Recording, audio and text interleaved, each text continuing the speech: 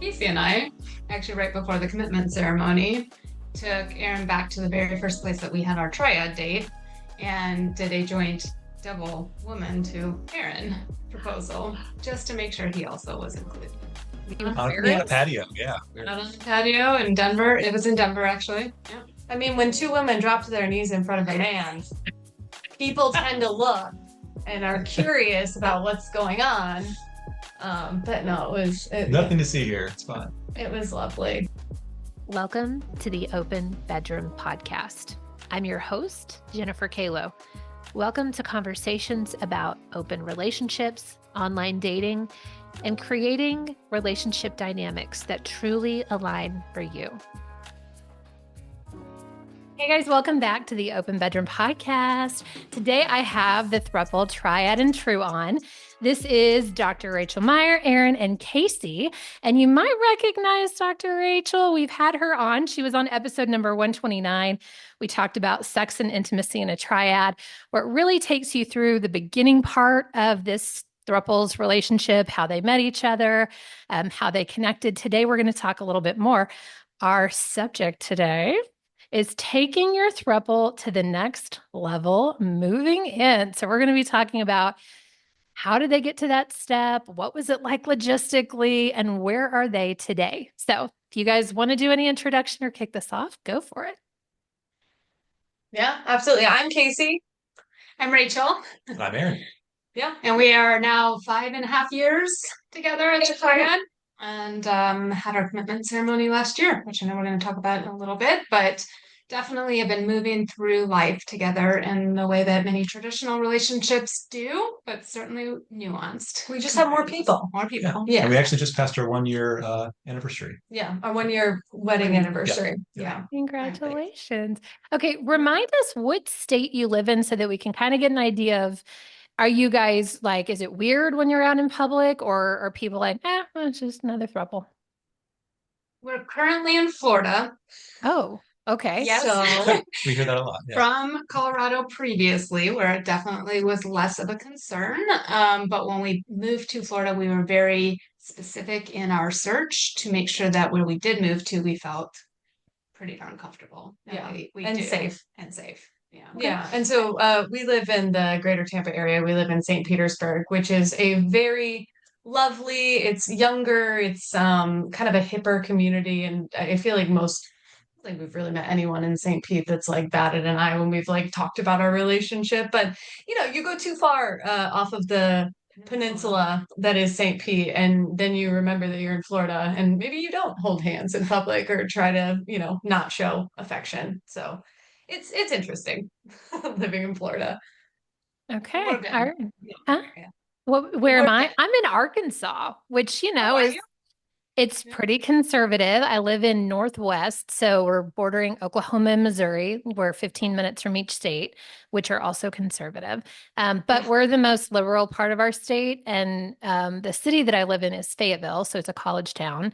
And it's like the best place. If you're going to go out, like we're in 2 different throuples, and each one of our girlfriends loves to go out on the town and like actually be a throuple in public. And we're really LGBTQ friendly. And so it's not a big deal. But we just, we kind of flaunt it and just have a good time. That's awesome. Yeah, it's the way to be. Yeah. Way to be. But yeah, we're talking about moving in. So Yeah, tell our us the moving in story. yeah, our moving in story is kind of weird because so when it stems back to when we very first met, which was in August of 2019, and we we had met because Rachel and Aaron were actually living in Mexico at the time, and they were visiting Colorado. So they had come back to hang out with family for the summer, and so they were there for a couple months, and we ended up meeting with about a month left before they were going back to Mexico, and I obviously lived in Colorado. So our moving in story is mostly we had this fantastic connection for, it was quick up until about a month before they had to leave. And so we knew we had this great connection. And then it was kind of trying to figure out how we gave this relationship the best like shot at, making it long term. And so we moved quick. I wouldn't necessarily recommend it only under extreme circumstances, which we were, because we decided that Rachel and I were going to move back from Mexico after 12 days of meeting. So there was that. When you say we invited ourselves. Yeah, that's actually true. that's We cute. were like, deep in the new relationship energy bubble, and everyone was super excited about, our blossoming love. And I was like, okay, maybe I should like invite them to like move in with me because I was living by myself. It was me and my dog at the time, and I was like, I should do that. And then Because we we weren't going to ask her to move to Mexico. That Right. seemed out of the realm of possibilities naturally. it would have been a lot, especially 12 days in. But they were established in Colorado. They had family there, so it was, I was like, oh, I should ask them to move in. And we had gone to this cute coffee shop. And I went to the bathroom because I was like working up my, like, I'm gonna ask them to move in with me. And then I came out of the bathroom and I like sat back down and I was like, and Rachel said, so we were talking just now, and I think maybe it just makes sense if we move in with you. And I was like, damn it. They stole my they stole my thunder, but yes, I was gonna say that. And that could have gone really badly if you weren't into it. And It now I was feel such like we true. need to just do a quick jump over of like, you guys weren't like an accidental throuple. This was intentional. There were dating apps. You were intentionally looking for a third partner. And so this moving in super fast 12 days Mexico move was huge. It Yeah. It is, yeah, and Aaron and I had previous experience in the swinging lifestyle, so we had some foray into non-monogamy. I'm a psychologist, definitely from a relationship aspect and communication and conflict resolution, felt that we had done all of our pre-work, sort of had the healthy, stable foundation. I had a lot of research, a lot of learning and education about polyamory in general. We knew that this is what we were looking for. We put it out there very intentionally through the dating apps. Mhm. Casey, it's more of the story from that we don't necessarily have to get into today, but knew that she was potentially open to it again after a previous bad experience. So the Yeah. connection from the get-go, we were within hours of meeting into the depths of our values and our goals and shared life vision. So we probably skipped a year's worth of conversation and Yeah. relationship building in a week, realistically. So Yeah. it felt fast. It is still definitely not necessarily something we would encourage, but I don't think any of us feel the relationship would have actually survived if we didn't do that. And then we And got this stuck is in the lockdown. such a So different story than when you happen upon the accidental throuple that's in chaos. And I know, like Dr. Rachel, I know you work with clients. I've worked with coaching clients where they're in the throes I was of, in oh that my, relationship once before. Like that's how I ended up here because I had a failed chaos accidental throuple relationship. So yes. yeah, Yep, it's a it bad happens. thing. So maybe a plug here, like go find a professional if you're planning to do this, and you too can jump a year in advance in the future and move in 12 days. So how did this move go then? So you guys decided to go back to Mexico, pack up all your stuff, move to Colorado, and then what? So it was there was a little bit of a time gap there because we had already were intending to go back to Mexico because we had stuff there and this, that, or whatever. So we went back in September. Casey went to visit us in October Mhm. out there. And then we took trips back to Colorado to visit, but didn't move back until December. it was So sort of a long distance relationship for a for few about, months. 3 or 4 months Mhm. with the That was tough. intentionality of Probably felt like a million years. Yeah. Yeah. it did. Yeah. It Yeah. did. But even from the get-go, we prioritized those dyadic relationships. And yeah, like Aaron said, he went back and visited. I went at one point, she came down to visit us. So we tried to make the most out of the separation while we were making the plan and move back. Yeah. But then we moved back and her place, great for her and the little dog, but a little small for the three of us. So we moved in and it's like 2 bedroom, bathroom and a half, townhome. Yeah. And it was fine initially. And then to Rachel's point, which she said earlier, we got COVID hit. Yeah. So But can I back up Oh, for yeah, 1 second? Because the move-in story and the Oh, yeah, logistics is Oh, actually yeah. It was a Casey's whole recovering thing. the trauma. So talk about again these things that in retrospect could have been planned out better. We could have had a little bit more conversation, but here I come with my 8 bags of life, that we have been expats traveling Mexico with into Casey's home, like Aaron said, small little place. Um, and I'm a bit of a control, I'm working on it, but a bit of a control freak. Casey is a little bit more lax, and life just had a different rhyme and reason and flow to it than I had been used to. Aaron and I have a 20-year relationship together since we were 18. And so we had our set ways. And so you talk about really trying to unpack and sort of disentangle things that have been working for 2 people to now incorporate inclusively 3 people. I still didn't do a very good job of that. And I came in and sort of had the Rachel way and overturned Casey's. She asked me what, like, when it'd be like, we'd be like going through a drawer because we were like trying to clean out different places to fit in their stuff. And we'd be like going through a drawer and she'd be like, what's this? And I'd be like, I don't know, it's this thing. And she's like, do you need it? I'm like, yeah. And she's like, why? And I was like, well, cause I need it. And then the next thing, why? Why? It was a whole thing. And the dog even was like, we're coming in a little hot here because we like spent a week basically like tearing the home apart and putting it back together in a way that, made sense for all of us. And the dog, we have an 8 pound, she's 10 pound, 8 pound, 10 pound. She was 8 back She's then. losing weight. COVID. 8 pound miniature dachshund who it's always been she and I like through everything, and girlfriends, boyfriends, everything. And it was just me and her in this house, and then Rachel and Aaron come in. And this one was specifically Rachel arrived a little bit early to help kind of unpack everything. And we ripped it all apart, we put it back together. And at one point, we're sitting on the couch and we're on a video call actually with Aaron, who was still in Mexico at the time.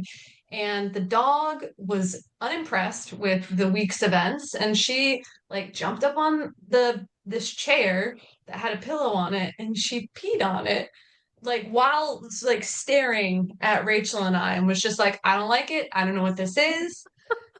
Listen, the dog came a long way. She expressed her needs. Yeah. She's feeling a little bit neglected. Oh yeah. Yeah. But like, now it's a fine time. But there's so much that you don't consider, kind of what they were saying, that when everything is entangled, especially, with an existing couple, and then you add in a whole nother person, and just random small things. Like I remember at one point we got in the dumbest fight because I had left the deodorant on the counter and in like the bathroom. And, in like Rachel's mind, she was like, the deodorant goes in the drawer. But in my mind, the deodorant had always lived on the counter. And it was just one of those things where it was like, and I assume, well, I know that that's like any relationship moving in, but when you have a whole extra person doing it, it's definitely adds like that extra layer of, dynamics of trying to figure out how everything works together. So, yeah. Sorry, and I kept you from going with COVID. That's okay. A lot more give and take with this sort of thing. But yeah, we were in this small space, all 3 trying to work from home essentially during COVID. And for a lot of people, COVID was make or break for relationships, especially with new ones for us. But we had a great time with it. We did. Yeah. We made the best of it. I will say too, we started out because again, it was my house and my bed was a queen size bed that everyone, and I'm telling you, everyone else, these 2 were like, the queen is going to be fine. It's going to be enough. And I was like, there's no universe, but okay. And it was like, no, the queen bed is going to be great. And then they moved in, and I think it was maybe like 2 weeks, if that, before it was like, we need a bigger bed. And I was like, see, I literally said it. So now we have a king bed. And even that sometimes feels too small for us. Yes. But yeah. I agree, especially if you're the middle person and you're like, I literally am, and there's dogs. I don't know if you guys still have the dog. Yeah. We have sometimes 3 of us and then 2 dogs. We have a bulldog and a dachshund, and then they squish us in, and then like there's just not enough room. No. Yeah. Bigger bed. Yeah. For sure. Yeah. It's Aaron never sleeps in the middle. It's too hot for him. No way. So, and then Rachel and I switch who sleeps in the middle every night. So it's a good idea. I like that. Yeah. So you've decided to move out of the 2 bedroom, 1 bathroom apartment, I'm sure, house or whatever it was, and then you made your way to Florida. When you found wherever you're in now, did you find a place that maybe works better for 3 people that are working from home and living from home? And yeah. Yeah, that was Yeah. primarily the focus. We knew at that time this is obviously a long-term relationship. We're now moving states. And yeah, working from home, not only an office for each of us, but to have the space where you can still just feel like you can have a little bit of separation, a little bit of distance. But it made all the difference in the world. I think the living environment, and I'm working with people that live sort of on a sailboat, and it's like you have to have that physical space to actually separate, get away. It will help just influence the conversations, your ability to self-regulate. It is really worth considering. And I know not everyone has the means to necessarily make those kinds of decisions. So we're very fortunate. But it was with a We lot of were intention. picky when and this is actually the second house that we bought together. We did upgrade in Colorado to a bigger house before we decided to move to Florida. But when you're going into that, it's like you have to, when we all work from home too, which, that's a whole thing as well. But you have to think about like, okay, so where's everyone's office going to be? Because we don't want like an office in our shared bedroom. Like that's not fun. And so you really do like go into it with being like, okay, how can you accommodate 3 working from home adults into one space? And so it's definitely a consideration we've been buying, when we bought the house. I bet building would just be magical because you could really Starting fresh. create. Yeah. Oh, we've Yeah. thought about all of the triad, throuple things that would be awesome that most monogamous couples would never think of. Mhm. Yeah. Yeah. Well, I'm curious, even buying a house together, is it strange to have 3 adults that are in partnership together buying a house? Is it hard? Is there paperwork? Do they have to modify stuff? I don't think anything was particularly different, but there's only lines on the mortgage documents that we signed for 2 people. You like had to write in and they had to notarize that a You third squeeze person in was there. yours on the bottom. Yeah. Cool. When we were talking with the loan officer, like our partner, they thought a business partner, because there's 3 people on the loan, then it must be a business partner. They wouldn't assume, right off the bat that it was a romantic relationship. Yeah, most of the documentation that has come back has 2 of our names, and often it defaults to Aaron and I because legally we're married and legally we have the same last name. So that has definitely been unfortunate, to say the least. Insurance, mortgage documents, all that kind of Right. stuff. Which Yeah. I just want to say is bullshit because I'm pretty sure I have the best credit score. So like, what are we doing here? That's why they're with you for that credit score. That's why they actually started dating me. That's it. Just a bomb credit score. We did do credit score checks as a part of core values when we Oh, first yeah. met too. Yeah, Oh yeah. You gotta make sure that your people are financially responsible. that's right. I love that, which this to me leads right into your decision to marry each other. So talk about that. So we talked really quickly about your decision to move in, and that was so fast. It's not like it was years in the making. You were like, oh, let's do this, and you just made it work. You had years to think about actually getting married and what that would be like in the ceremony, and you have the most beautiful pictures. I'm so glad you guys had an amazing photographer to capture all of that. Talk to us about the wedding.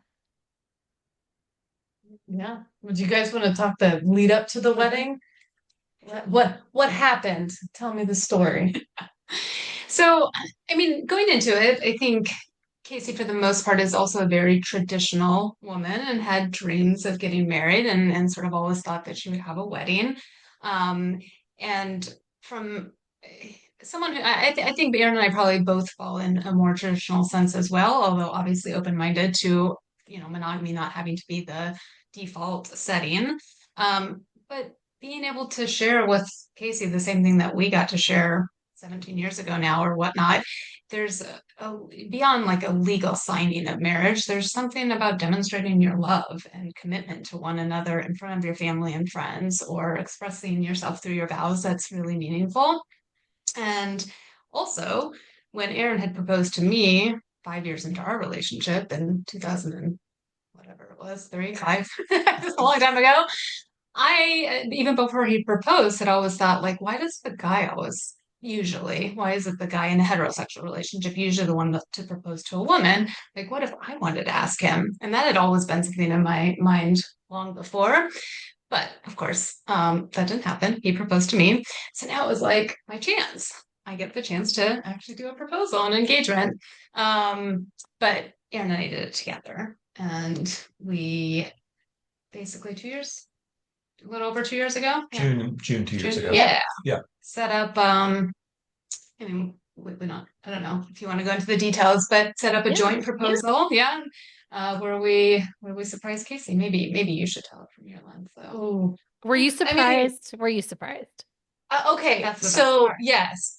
And I'm going to tell you why. Because at that point, we had been together for like 3 years, 3.5, I don't know. We'd been together for long enough to where it was, we had just moved to Florida together and we were like doing life, building life, doing all the things. And I was like, okay, I think a proposal is going to come at some point, but like, I was like, I'll know. I'm absolutely gonna know because, it's gonna like there's no universe that I'm just gonna like get dressed up and get my nails done and do all of these things. Like I'm going to know that it's happening. And I will say this was very strategic and it was very smart because they actually proposed the day before Rachel's birthday, which sounds like kind of a funny date, but the way it was positioned to me was like, hey, we're gonna go and do this escape room together. And like, Rachel's like, it's my birthday, like I want to get dressed up. And of course I'm like, well, I want to get dressed up. And she's like, oh, I'm gonna get my nails done. And I just like really want to go into, my birthday, like feeling really good. And so I was like, okay, like I'll go get my nails done with you. But I thought it was all about Rachel's birthday. And so we ended up, and it was like, oh, we're gonna go to this escape room with our friends. And mind you, our two of our friends are professional photographers, but they're just our friends. So they're there and they've got like bags and stuff that even I was like not paying attention, like, oh yeah, we're just like shopping and whatever. And so we do this escape room, we get through this whole thing and we get to the end of it.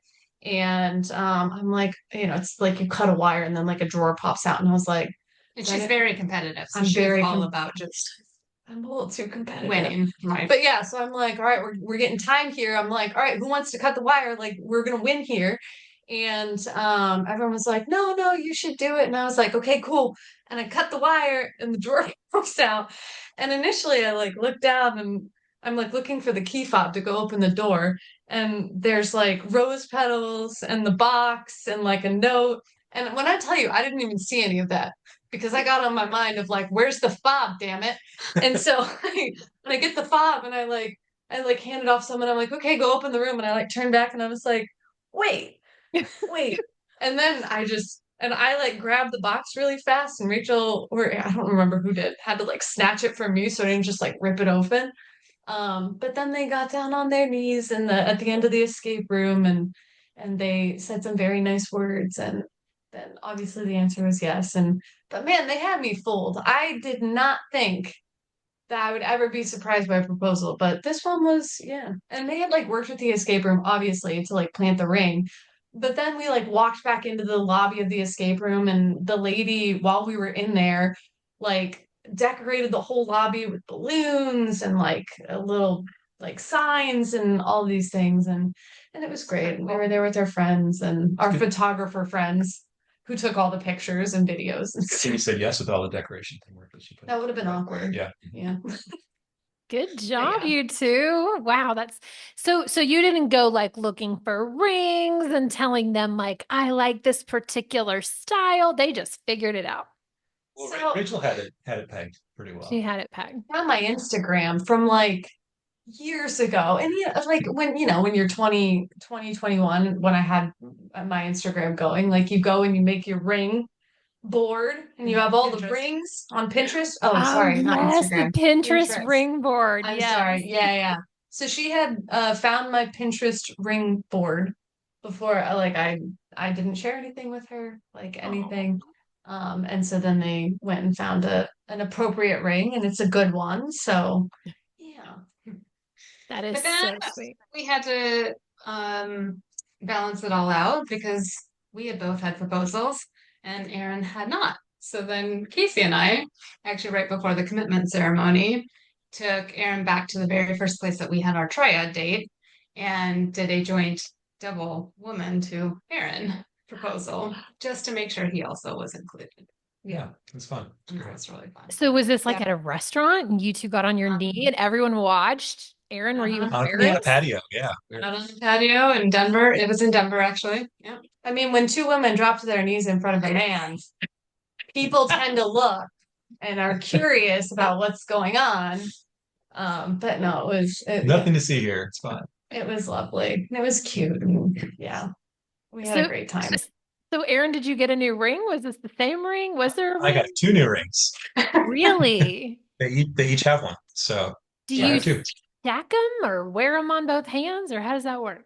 I don't know. I don't remember who came from what, so we don't really think about that. I have like a dressy one and just kind of an everyday one. So I just wear the everyday one most of the time. His original one from our two-person wedding was just actually uncomfortable and it's heavy, so it's in the safe. So he never wears that one. Yeah. And then we each gave him one, and one of them has a little encryption for something that's special between the 3 of us.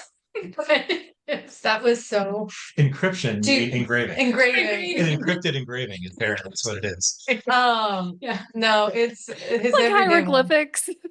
Yeah. Yeah. Can we just say We it? can see because she has a sex podcast. I think we should. I was hinting at it, but I It says figured you would it's ask. so stupid. It says DBJ for the number 4 Eva. Double blowjob forever.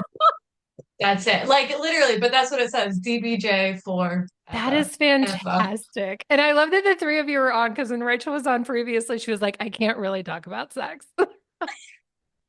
Oh, She yeah. was No, really this was- careful to not tell too much. So I thought that was sweet. Yeah. This is fantastic. I'm glad you 3 are on for part 2. Okay. So tell us about your ceremony. How did this work? You had friends and family. I'm assuming everybody at this point is bought in. They don't feel like this is weird. They're just like, it's about time. Let's go. Yeah. Surprisingly, I will just comment to that. I actually think we dropped a huge bomb. This did all happen fast. No one had known about my bisexuality. Certainly, no one knew that we were non-monogamous. So we dropped a lot and moved back from Mexico when I said I was never returning to the States. So our families, to say the least, had a little bit of challenge. And then we relatively quickly moved out of the state and away from families. So it has been a challenging 3-4 years, honestly. And I think when we made the decision to have the wedding, and then everyone came and they actually witnessed us all together and could see us in real life living the relationship that they knew we had, but really hadn't spent a lot of time with us, it sort of solidified everything. And it was a huge turning point, believe it or not, to have everyone there. Yeah, and we did a destination wedding. So we actually went to Puerto Vallarta, Mexico, which is where Rachel and Aaron had lived when they ended up moving back for our relationship. So it's kind of this lovely, like, full circle moment. And that was, we all have family that's spread out all over. So it didn't necessarily make sense to like do a wedding in Colorado or, for my family's all in Missouri. So we said, everyone come to Mexico and spend, I think people spent anywhere from like 4 days to like a week and a half with us, and that was really cool. And then everyone got to hang out together, and yeah, like Rachel said, everyone got to see us in a way that was probably different than you normally see family and you like show up and you're like, hey, and you hang out for a few, but this was very like we all got to hang out together, and that was really lovely. Yeah, Puerto Vallarta was a perfect place. Us living there, it's a very friendly place for LGBTQ community. It's very open, and we found a beautiful place. And when we met with the wedding coordinator, we're kind of like asking some questions, right? We're calling some places, asking like, how do you like, what can you do? What can't you do? And she was great. They're like, we've never done this before, but we'll figure it out. A 3-person A wedding. 3%. Yeah. But having done 2 weddings now in my life without ever having getting divorced, highly recommend the all-inclusive route. It was fantastic, and they literally had everything start to finish. All we had to do was pick what type of flowers, what colors, what type of musician. I mean, but it was out of the box, but beautiful. And they definitely still tailored it, and it was unique to us. And we got a lot of input, but in a very low stress way. It is definitely less costly to go to Mexico than it is in the United States. But we had a lot of the very same traditional. We walked down the aisle, two of us with her dad. He walked down with the moms. Three moms. All of Yeah. the moms, yeah. And Most of the moms. yeah. We exchange vows, which take a lot longer. So plan for an extra amount of time that you're not anticipating if you're going to do an exchange of vows, because we did each of us talk to the other. So 6 sets of vows. Yeah. So it was a lot. Yeah. It was, you gotta address all parts of the relationship. And I didn't, when you're marrying two people or committing to two people, you want to make sure you're addressing each one of those people. And then obviously, all of us together. So, and I will say Aaron's brother officiated for us. I mean, again, it's the official. He was the power invested in him by us. Like there was no like actual legal anything. I think that's what he said whenever he was in the ceremony, which was cute. But he was one of our like biggest cheerleaders from the get-go. I mean, he was probably the very first person who was like fully, when he found out, he was like, this is great, it's gonna. And so it made a lot of sense for him to be the officiant per se. So that was cool. Yeah. I want to ask so many questions. I also feel like this could be a 2-hour podcast. So let me go quickly I have a quick deconstruction question, because you guys have gone through a lot in 5 years. You've moved 2 or 3 different times. You've bought 2 homes. You've now proposed to each other. You've gone through a wedding. I'm assuming in a 20-year marriage, there's some sort of deconstruction to get to this point where the 3 of you are a married couple. You're living together, you're doing life together. Whether the United States looks at you and says they're married on paper or not doesn't really fucking matter at this point, right? What does that look? I mean, in like just a couple minutes, what does that look like to get to this point where you're married? There's no turning back. There's no go be married again in case he goes somewhere else. Like, this is it. I think it started at the very beginning. I mean, even the initial question or initial conversations of putting together those profiles on the dating apps and what we were looking for in our vision, which, we could all have a whole other segment on like the unicorn hunting and dating together versus separate, blah, blah, blah. But we were very clear that we wanted to stay together. We didn't want this to jeopardize or ruin our marriage. And at the same time, we had to come into it as now 3 unique individuals starting over to at least build the triad relationship. This dyad is obviously our history. It will never change. It's changed since inviting Casey or, coming together with Casey. Shouldn't even say inviting. Since meeting and coming together. I got the formal invitation. Yeah. But from the beginning, we knew that as much as we wanted to stay strong and not have it affect us, there was definitely the possibility that it could. And what would happen if they fell in love and something happened with us? And, and so we had a lot of those conversations and what ifs. And I think over the course of the years together, there's one thing to have it in theory and on practice, or in theory and conceptually and want to do it, and then another to put it into practice. And there were some hard moments and challenging times. It's just 20 years of history. It is hard. And I think Casey was incredibly patient and compassionate to understand our effort, and our desire was there, and things just take some reworking, but lots of conversations. I think figuring out the ways that we can show up and have the same level of commitment rather than trying to undo or necessarily take away. Like, does it make sense for us to necessarily divorce and undo a whole bunch of financial assets and things that we have with real estate versus how can we come together and show it through the demonstration, whether or not, again, it's a legal marriage, but we can buy the houses together. We can set up the trusts. We can do other things that are going to bind us that no one else can argue or take away. And I think that just feeling or the intention that there isn't a hierarchy, I guess, in our hearts or in the way that we're showing up for each other at any given time. We're having difficulties. We're going to show up and we're going to figure it out, whether it's between 2 or 3 of us. I think intention's a good word right there. It's clear and transparent intention of what we're all wanting to achieve and looking for. Now, getting there is a whole other story to work on, but being true to that, what we intended to do from the beginning, I think was key. And it starts with the basic things. I mean, she talked about the deodorant example, but like Erin and I, for years, we get up way early in the morning, sometimes 4:30 in the morning to go work out. And that was our schedule, going to the gym. And she's not, and she hates getting up in the No, morning. if someone wakes me up at 4:30 in the morning to go to the gym, I will laugh in their face and I will roll over and go back to sleep. Like it's not happening. So why is it just because we've always done it that she's now expected to fit in? No, we had to redo our entire sort of scheduling and, way of organizing the house or the routines that we have and just kind of start over. Start with what works for everyone. I love that. And I know you guys have a ton of content on this, Dr. Rachel, especially. So if you're listening and you're like, I want to know more about this whole deconstruction and how do we put it together and all that, go follow Dr. Rachel, and she's got all of that.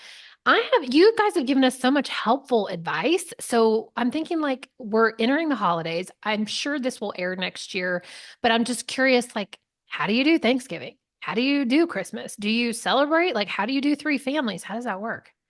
Well, and you have to understand, Rachel and Aaron were both raised Jewish. No one's practicing a religion in our Oh. household, but we Jewish do, and Catholic. yeah, Jewish and Catholic. So it's like we do Christmas and Hanukkah for the food mostly, but yeah. But that's a great question. When we were in Colorado, yeah, I mean, you eat a lot, basically. Yeah, yeah. It was, well, also, like, we were fortunate that I think, in Colorado, our families were there and they got along pretty well, so we could combine some wherever we could or do stuff like that. But at the same token, just trying to spread it around. Now that we're in Florida, we just do Friendsgiving. Yeah. I'll be a little bit more honest. I think we are a little bit avoidant when it comes to this. And I think we actually say it's easier for us to just develop our. Oh, Sorry, our Sorry. dog is growling at us because she's hungry.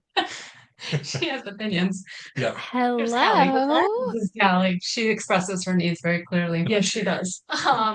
Because it can become really problematic, and it's hard enough when you've got two people and you're trying to divide and who are you going to go spend time with when, and people wanting whatnot, that we have intentionally said, what we do in our celebrations and the way that we want to spend our time is priority and first and foremost for us. And we try to visit family or engage in ways when it works for us rather than sort of in this sense of obligation or demand because it's the holidays that we should be forced to do something like that. So halfway joke on the avoidance, but again, I think intentional around that. And then, right, we can do it with friends. We can eat. We can do half Hanukkah, half Christmas, half. Mhm. And also, I mean, my family lives in Missouri, both their families live in Colorado. And so, like, it's really easy when the big holidays happen in the winter time that you're like, yo, if you want to celebrate the holidays with us, you can just come to Florida because it's warm and it's beautiful right now. And I don't want to go hang out in the snow. So Mm-mm. sometimes people take us up on it. Sometimes, most of the Usually time, not. they don't. I love that. We're doing something similar. We have a Friendsgiving on Friday. So we're kind of doing the same thing where we're like, we're not driving all over creation to find new people, but we're here. So my last question, because I know your pup is hungry, is we talked a little bit, just preparing for this conversation around dyad relationships. And you guys mentioned that has changed for you and evolved a bit over this past year. You're really focusing on how do we make those one-on-one relationships stronger? How do we level them up? Do you want to talk a little bit about what you've discovered? Sure. Yeah, I mean, from the beginning, again, that we have done a very good job of always prioritizing them, but even that, it takes time and it takes getting outside your comfort zone. So we've typically had like 3-hour date nights for the dyads once a week, and we rotate whose dyad date it is each week. And that even took us some time to get into as well, right? Yeah. That took some time. It did about 6 months. I think it was like April of that Yeah. first year. But yeah, it took a little bit of time, but we knew right off the bat that that was going to be a priority. We actually got the Dyad date night as an idea. We were on a random Zoom call. This was COVID, right? So we're on a random like poly Zoom call, and someone was like, so there was someone who was on the call who was like, oh, like I have to get out of the bedroom because my two partners like are on a date night and they need the bedroom. And we got off the call, we were like, that is such an interesting idea. Huh. Yeah. And so that's how we ended up initiating date nights, and we still did it even during COVID, where nothing was open. So sometimes it was just like someone would go and like, For a drive. go for a drive or go on a hike or do something else like that was appropriate. And so we've been doing that specific, and we still do that every single week. I mean, Rachel and Aaron's date night was last night. So and here we have a little building in the back that is like set up with a TV and like a chair, and it's very comfortable. And so like I went and got my favorite foods that they don't eat, and I go and hang out in the back and play VR and watch TV, and it's awesome. And I think over the years, we've expanded that. We've had a few times when someone's gone away for a work trip and we have like a weekend or a couple nights alone. But we've never intentionally scheduled a vacation for just two people. So all of our vacation and going away to travel has been the three of us. But we've come to realize that there are things that either a third one of us is not interested in doing, or it's a lot to find a dog walker or, I mean, a dog sitter, or just the investment for three people versus two to travel. So next February, Casey and I are going to do our first international vacation to Bali. Oh my and goodness. go to a retreat with Michael Franti, which we are so excited about. Something that Aaron would really have no interest in doing anyways, but that sense of FOMO still, two people are going to go away for a 7-night, 8-day trip or something. I mean, it's pretty extensive. And I do think it took some time for us to get to that place of true security, really being able to work through some of those feelings that are going to come up naturally, but we're not afraid of them. And then they'll plan something, maybe a ski trip in the Swiss Alps, because I could definitely care less about something like that. And Aaron and I will figure out something, but it's kind of a new development. Fantastic. And I do think it takes that's not something that, like, even if you would have thrown that out to us a couple of years ago, it would have been like a hard and fast no, because I think you have to get to a point of certain like security and confidence in your relationships where you don't feel as much on the FOMO For being excluded or left right. out. And I think that definitely, since we got married, it's like any notion of that, it's just like, no, you guys go do. And I think more than anything, as much as it's like, oh, they're doing something fun, we all work from home. We're together all the time, that it's also like, no, you guys can go. I'll be here with the dog house to myself. Yeah. So I think we got to a point we all joke that it's like your alone date night is what we all look forward to. yeah, like the Dyad date nights are nice, but man, when you get that alone time for yourself, it's also pretty great. I get to go eat sushi, which they won't eat, like stuff Yeah. like that. Yeah. Totally. Yeah. I get it. I love it. Casey, Rachel, and Aaron, thank you so much for joining me tonight. And dog, what's your dog's name? This is Tally. Yes, Tally. And Tally. Thank you for joining. I appreciate you. Thank you for telling us all the logistic stuff of how to be a throuple in the real life, in the real world. And it's really great content, great information. And I appreciate you guys. Thank you. Appreciate you. Thank you for having us. Thank you for listening to the Open Bedroom Podcast. If you enjoyed today's episode, go ahead and give us a like and click subscribe below and stay up to date on all the new episodes that we release. If you have a topic that you'd really like more information on, leave us a comment below and we'll see what we can do. Feel free to share this podcast with all of your friends and especially your partners. This is a great way to open up some amazing conversations. We'll see you next week.